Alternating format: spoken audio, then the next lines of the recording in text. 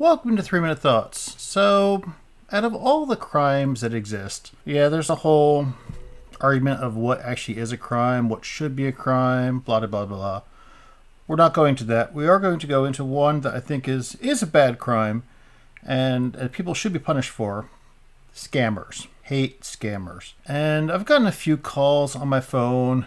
The last time I got a scammer call was they were like saying that they were Social Security Administration and that I was going to get fined. And then they asked me who I was.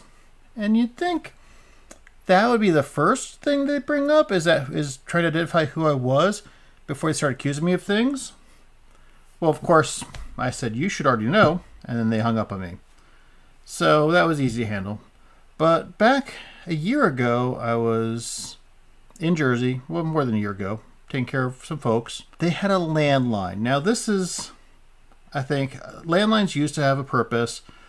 Now it just seems to be something that scammers latch onto because your name, your address, phone number are all linked to that landline. So they already have some information. And they'll call you up, and I was taking care of these folks. They would call up like 4 or 5 times. I'm not joking, like 4 or 5 times a day with various different scams, either saying they're from the energy company, knowing the address, or they'd call me grandpa. Actually, the first one called me grandma. I'm like, nope, they're grandpa. I'm like, I got no kids. And then the guy's like, oh, well, do you want a lover? I'm like, well, that's a loop. But no.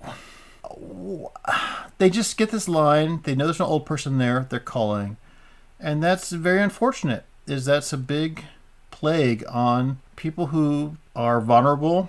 I do know years ago, my stepmom did fall for a scammer because they said, Grandma, I need help. And she thought it was me, even though I'm not her grandkid. I'm not even her kid. I'm her stepkid. But that's what they do. They fish for information, and then you start giving them names or information, and then they go with it. It's just an unfortunate part of society. And I know there's people, YouTubers out there who are like, oh, I will fight back against scammers. But most of these scammers are not from this country.